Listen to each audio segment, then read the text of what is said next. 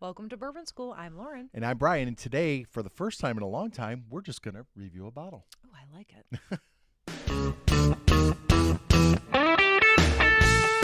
Okay, Brian, today we're reviewing Rebel Cask Strength. Yes. Single barrel. Yes, and this comes from Lux Row Distillers in Bardstown, and I got this in Kentucky. I can't believe it's been this long since I've been back from Kentucky, and we never opened I know, this. right? But this is a Total Wine pick. It says Total Wine and More, number 3, PJ. Okay, so what does that mean? Like, so did the store send, or did they taste from the barrel? Like, how did that work for the store pick? Well, Lauren, let me tell you. So there's 2 different versions of this bottle. So there is one that will say across the middle here, distiller selection. If it's a distiller selection, there's 2 big differences. It is 113 proof, and it is not. It's selected like in person. They get samples from Lux Row sent to them. Okay, and then they can choose the one they want.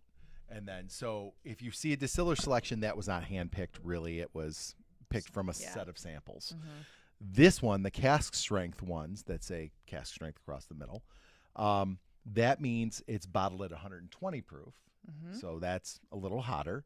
And it also is picked at Lux Row. Like whoever is buying the barrel, the store owner, whoever goes to Lux Row and handpicks from the barrel. Yeah. So this is the better buy. The Distillers Collection comes in, I think it's like $38.99. This one comes in more about $60. Okay, and what were your impressions of the distillery while you were there? Oh, Lux Row is beautiful. Yeah, we had it was a really nice place. It's a beautiful facility. All the buildings are like black. It's like a cool look. They got a nice tasting room. Lots of stuff available there. We got a couple of samples there. Actually, Sean from Whiskey Wars, that was one of the places he joined us for. It was really fun. Did you taste something? Well, not exactly the same, obviously, but similar, and that's why you bought this we bottle. tasted the Rebel, and then I ended up finding it at a store later, and was like, ooh, I'm going to grab one. I did want to pick. Like, I know going to Lux Row, you're going to the source, but I wanted to get a pick because I like to see, kind of what other people like to pick out. But it was good, and you have had too. We got a pick of Ezra Brooks from Elma. Yes. And I had that. I just kicked that a couple weeks ago. But the difference also, Ezra Brooks is a standard bourbon, and the Rebel is a wheated bourbon. So this is wheated as well. So wheat is the secondary grain here. So why don't we shut up and crack this and get to it? All right. Fresh crack. We'll do that. Oh, yeah. Oh, wow. What a beautiful sound. It was a beautiful sound. All right. So we'll give it some air. Stir. Yeah. I like the color. It is. It's a very nice color. Nice deep color. And what other brands does Lux Row make? They do the Blood Oath, which usually is pretty pricey. It's probably around, I think the retail is around $200. You said Ezra. Ezra Brooks. They do the David Nicholson. Yep.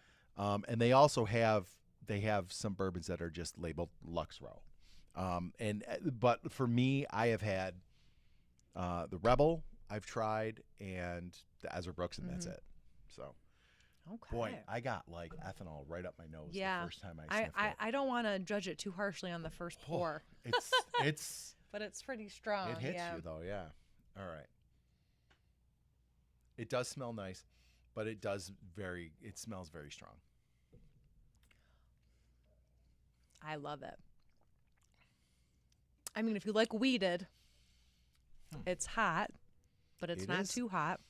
You know what? It is hot, but it's like it seems totally smoothed out. Yeah, like the mellowness of the wheat. Like, are you getting like the wheat yes, but I'm getting like kind of waves of flavor.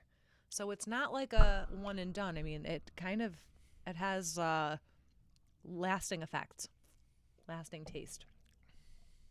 I really like it. It's got the softness, the smoothness of the wheat, but it also is, it's what is it? How many 120 proof. Yeah. So you're going to get that too. I'm going to tell you, I'm not crazy about the front end. Really? Like no, but it finishes for days, and it's like freshly baked wheat bread. And I think that maybe as time goes by and you open this again, you might like it more. It'll mellow, yeah. Wow, that is. I will tell you, that is a neat bottle. Like, that is a cool bottle. I like it.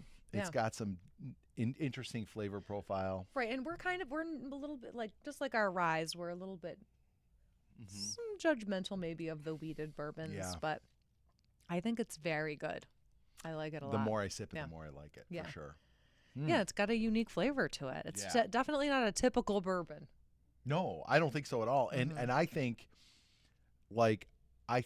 sometimes you can give somebody a wheated bourbon, and they might not know it's different. Like, they might not know this is a wheated bourbon. Yeah, I don't think you would have any question. No, this screams at you. Yeah. Yeah, from the first taste, you know it's wheated.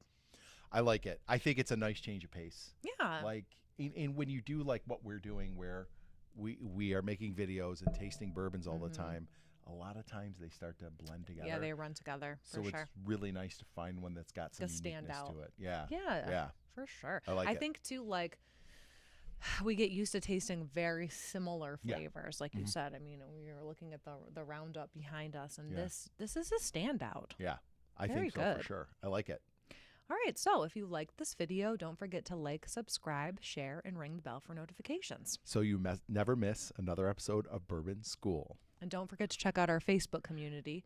It's thriving. Yes. Well, hopefully at this point it's still thriving. All right, Brian. Cheers. Cheers.